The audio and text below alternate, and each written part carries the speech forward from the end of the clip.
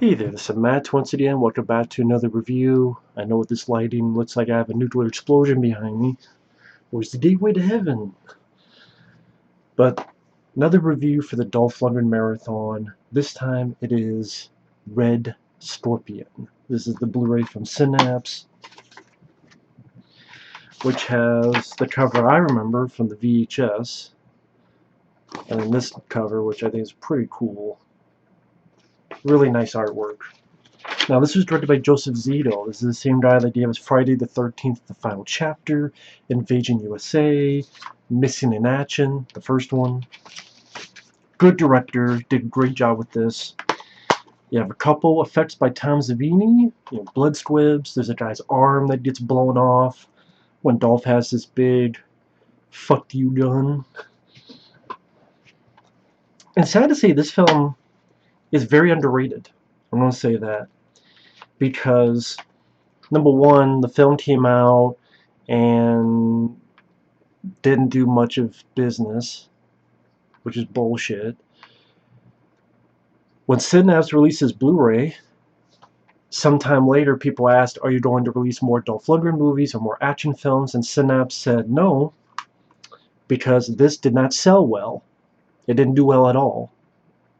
I guess the reason it didn't do well is apparently a lot of people don't like this film. Because I looked at IMDb, and this gets a 5.1 out of 10 of horseshit on IMDb, or as I always call them, in my damn butt cheeks, because that's where it belongs. Up my ass. Because IMDb can suck my ass. 5.1? Really? So a bunch of people saw this film and went, that sucks. It's not even a 5. That just boggles my mind. I just look at certain films and people are like, why do you care about IMDb? I don't really care, but at the same time I do, because it's the easiest way to grasp the perception of a film. But as a good friend of mine said, ratings don't mean jack squat. There's some films that get high ratings, you know, what the fuck, why? But a film where Dolph Lundgren takes this big kick-ass machine gun, shoots a helicopter, blows up the front part of the helicopter. Practical effects. Look like they blew up a real part of a real fucking helicopter. Where Dolph Lundgren blows a guy's arm off. Where you got explosions, gun battles, Emmett Walsh. Very competent direction by Joseph Zito. Nice effects by Tom Savini. There's another sequence where Dolph is getting tortured, and he's getting these needles in his like bicep and through his like piece of meat on the shoulder. It's like, ugh. Good effects by Tom Savini, because he worked with Joseph Zito on Invasion USA and Friday the 13th, the final chapter, The Prowler. And this is a great Blu-ray. The picture quality looks nice. There's a commentary of Joseph Zito and a moderator. There's an interview with Dolph Lundgren. There's an interview with the producer Jack Abramoff, which I know he's involved with politics. I don't know. I don't really care about the details. I care about the movie. There's an interview with Tom Savini. There's behind-the-scenes footage, trailer, TV spots, packed Blu-ray. So I don't understand why this did not sell well. But I guess when you see it gets a 5.1 and no one likes the film, I guess that makes a bit more sense. And it's horseshit. Sorry, the first 4 minutes is me getting pissed off at how crap of a, how do I put it, reception this film gets. Dolph Lundgren, this is one of his best films. I mean, I thought this was much better than Masters of the Universe, because this was the follow-up to it. I think this fit him much better, although he was not a bad He-Man. I think the script and the film and the side characters were poorly done. I like the music. I like Dolph. Frank Langella is fun. Pretty much it. Here, though, Dolph as a Spetsnaz Special Forces for Russia. He's hired to infiltrate pretend to be friends with this guy to bring him to this rebel leader in this uprising in Africa. So he gets himself drunk, goes to a bar, he burps, he starts a fight, breaks someone's nose, like punches the guy twice in the nose, sings drunkenly, shoots up the bar, because he wants to get arrested on purpose, to get in jail with this guy who can maybe lead him to his target. Brian James, he's in the film.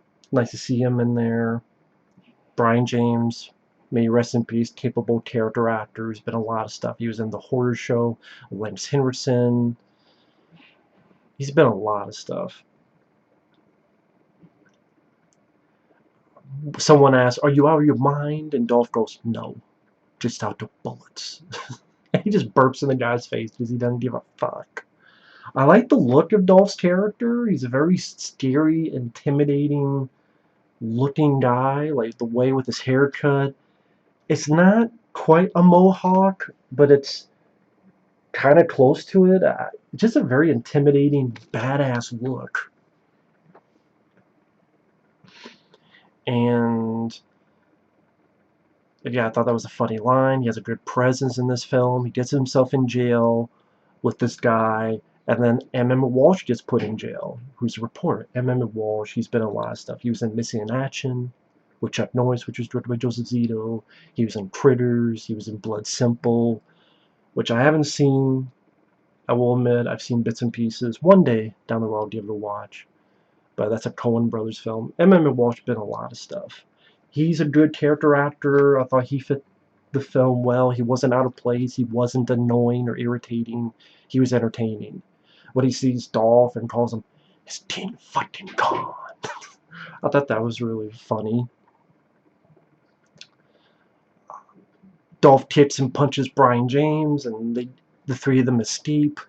And this film has really good, solid, practical, down-to-earth, meaning no CGI, no quick cutting, no shaky cam, action sequences. But practical blood squibs and real cars, real explosions, real helicopters, real tanks.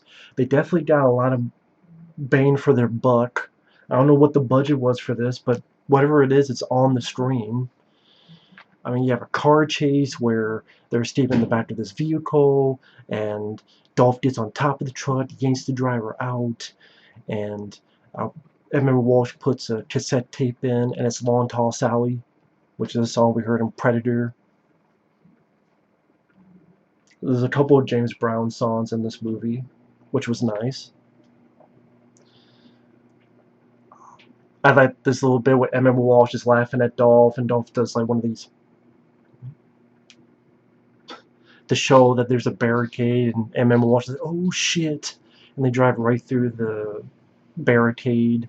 Again, real stuff, real effects, real practical stuff going on. And he gets pushed onto this motorcycle, and he's fighting these guys off a motorcycle. Him and M.M. Walsh are trying to argue over this driver's seat because M.M. Walsh doesn't trust him because he's a Russian. And they both go, "Oh shit," and they maneuver the truck, and this tank blasts past them and blows up a vehicle behind them. And maybe back in the day, we took this stuff, how to phrase it, we took this stuff for granted because they don't do this kind of stuff anymore. And now it's everything is either so cheap or so glossy or so CGI filled that looks like a cartoon or a video game, or so quick cut, quick edited, cheap jack. The film quality, it's filtered out the ass. The color looks unnatural. It's almost, I mean, they shoot on digital and it looks fucking faker than film. I don't understand that. And then you watch a film like this, it looks like a film that would be on the movie screen, in the theaters. And there's some nice levity of humor, like when Dolph calls M.M. Walsh a noisy little fuck. I didn't expect that line. I forgot about that line. That was a fun line. There's some nice dramatic moments too, like when the three of them get to this village and it's been taken out, and Dolph is sad. Doesn't have to use a lot of dialogue, but with his facial expressions, and even Emma Walsh is like, "Oh, looks like the kill machine. He's breaking down." Don't worry, man. Everything breaks down in Africa. Dolph did some really dangerous stunts in here. There's a scene where he's getting ready to go into this water, and this practical explosion right behind him that pushes him right into the water. You get some machine gun fun, getting practical blood squibs. If they could do it back in 1988, but they can't do it today, I don't know if it's because they're too cheap, or just, oh, it takes too much time because if something screws up, we gotta redo it. If it's a safety thing, they obviously made it safe for all the people who did it back in the day. Just do your job and do it right. And throughout his experience, he's becoming conflicted on this mission. Should I be doing this? Should I not be doing this? But we don't need countless fucking monologues to tell us. As an audience member, we can figure it out ourselves. Just for a simple fact, when Dolph is in this room and he's like punching against the wall, you're reciting something that he was brought up and told to be, reciting that over and over again. He decides to carry his mission, but he realizes the rebel leader didn't trust him. He's found out. He's cast off. And I like this section in the, well, before that, well, he gets cast off. He gets caught by the Russians. They hate that he failed, so they torture him. And that's where he gets some more Tom Savini effects with these big needles, like I said, going up his bicep. I don't know, like that's, it's weird. Like you see a head blow up, it means nothing. Well, I wouldn't say nothing. I'd be like, oh, that's a cool effect. But you see like a needle going through like the bicep and then going through this patch of skin. It's like, ugh. I guess it's kind of like if a fingernail gets ripped off, you go, ugh. But if the whole hand gets cut off, you go, oh. I'm talking about as an effect in a movie. Sometimes it's the little things, like the paper cut can do more than a decapitation in a movie. I don't know how that works, but maybe because that's something we could, in our most of our everyday life, we're pretty sure the more thing that might happen is a fingernail being broken off or a little needle going in you than getting your arm blown off by a gun. For most people, the first one's going to happen more than the second one. So or maybe there's something else to that. Someone can feel free to explain. But really nice effects by Tom Savini, like I said. He escapes, kills his torturer, chokes the shit out of him, rips these chains off, goes in the desert. And I like this bit with this bushman finds him. I guess maybe it reminds me of other 80s films. I know it's going to sound weird, like Kickboxer, or I guess because it's your hero out alone with this other person who teaches him the right way to live, the right direction to go in life.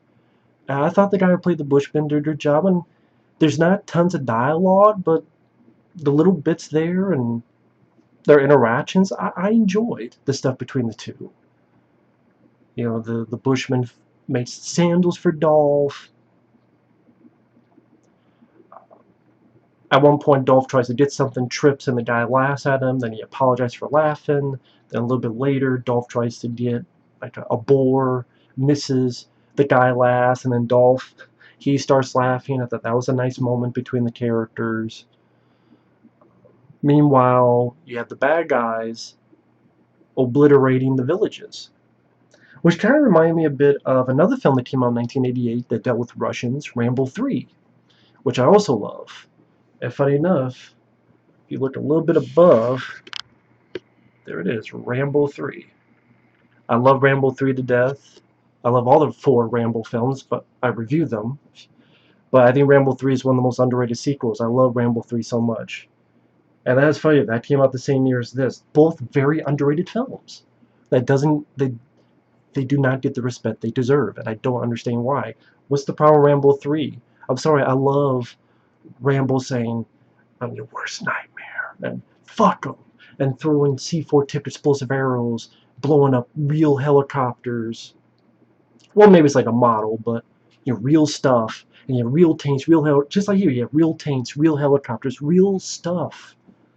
Like, these were our comic book movies. That's the thing people don't realize growing up. People have their I like Iron Man, and I like Captain America movies, but like, these were our comic book movies, and I prefer this comic book movie compared to the actual comic book movies. Like, I would rather watch this 10 times than watch Avengers Infinity War again. I could easily pop this in and watch Dolph Lundgren, get a shotgun, fucking people up, grenade launcher fun, machine gun fun, moving this big cannon and shooting it to blow up a tank, all done for real. I miss that stuff, but you're not going to see that stuff again. Sad to say. That's just the way it is. It's not coming back. Some people hope that it's never going to come back. You just have to face the facts. But it's like, okay, but I'll go back and rewatch this then. I like the little bit where the Bushman gives his little sort of tattoo of a scorpion on Dolph's chest. And Dolph like realizes who he should really fight for, throws his dog tags away, and he's given a spear, and he goes back to the rebels, and the rebel leader is dying, and he realizes Dolph has changed. And I like this bit where the guys don't give him back the spear, and Dolph instead takes the shotgun and goes, let's kick some ass. And boom, cuts away to the battle. Dolph shotgun fun, explosions, dodging a tank shell, and the building behind Dolph blows up, all in the same frame. Takes a grenade launcher, blows up buildings, machine gunning people, grenade launcher fun. Emma Walsh is trapped in a vehicle. Dolph lifts it with his upper body strength, takes this cannon on the back, shoots it, blows up a tank. All real stuff.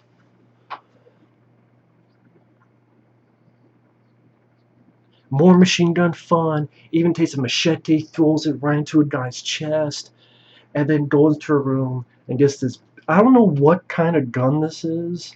If someone who's knowledgeable on guns, you could tell me the exact name of the gun.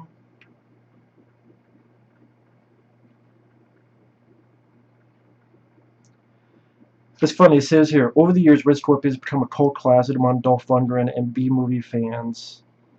That's Dolph's own version of Rambo 2/3 or Commando. I could see that. Dolph's version of Commando, Dolph's version of Rambo 2. I could see that. Well, if it's a cult classic, where the fuck are people... Where the fuck are people rated higher on IMDb fucking B? Anyway, I'm looking through the liner notes to see if there's any information before I get to the finale.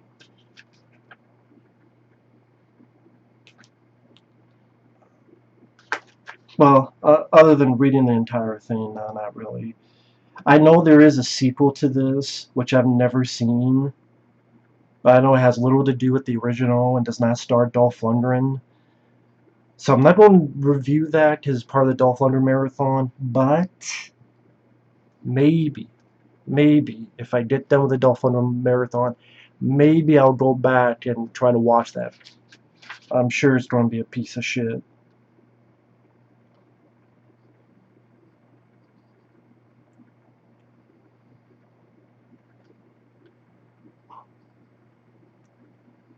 Well,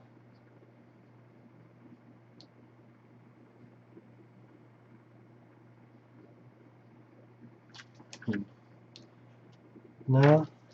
I was trying to look up some info and stuff, but no, it's not in here. But the film, I guess I was trying to see if it had the name of the gun in there, but if you know the name of the gun, I just call it the big fuck off gun, because if you see it, you want to fuck right off, because you don't want to deal with it. With the gun, you see a little bit there, a little bit here, a little bit there. Just a massive machine gun. And again, a guy has a grenade, and Dolph blows the arm off. Tom Savini says in the features that there is a thing planned where Dolph was going to blow someone's head up with that gun, but Joe Zito never called Tom Savini to set. I wish that was the case. Could you imagine Dolph blowing someone's head up with that gun? It would have been fucking awesome. But at least that's the story Tom Savini tells. It was never shot because Joe Zito never brought him on set. I don't know, maybe Joe Zito just told Tom Savini that to give him something to do while he was waiting in Africa for another thing to be filmed. I don't know. But that would have been nice to see. But after blowing the guy's arm off and the grenade explodes and kills the guy, he fucks up bad guys, he shoots the Hindy helicopter, blows up the front part of the motherfucking helicopter. I mean, that's fucking awesome. 5.1, my ass. That scene alone.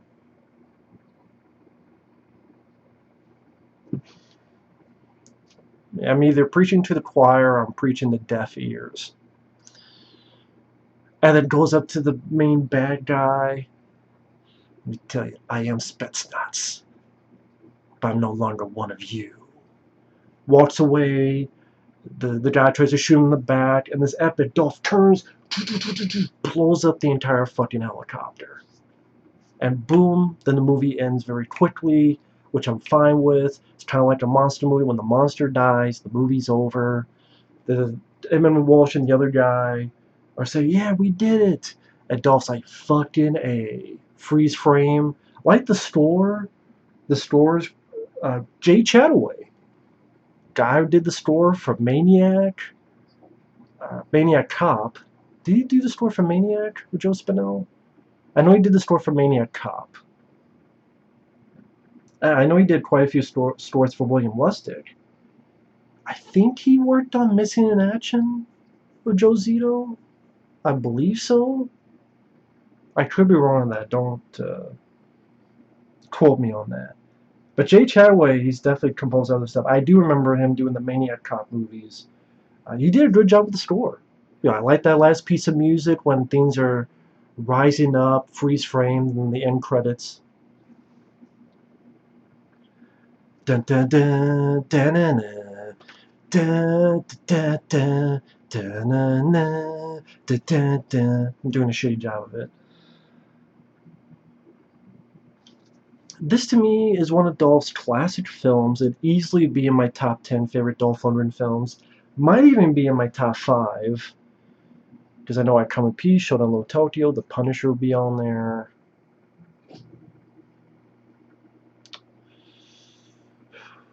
You know what? This probably would be in my top 5. I enjoy it that much. It's a badass movie. It is Dolph's version of Commando. It is Dolph's version of Rambo 2, Rambo 3.